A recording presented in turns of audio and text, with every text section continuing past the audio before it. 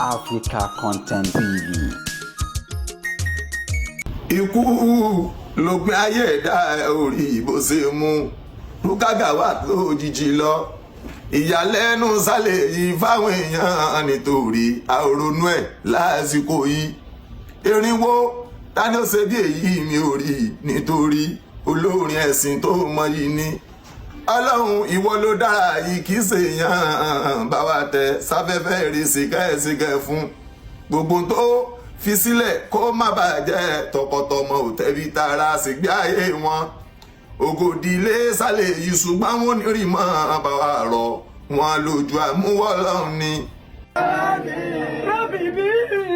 أجاتنا إكديا بجاي خير المرتدى أدماني بجاي خير المرتدى أدماني يا ربي بالمصطفى الله بلغ مقاصدنا واغفر لنا يا واسع الكرم واغفر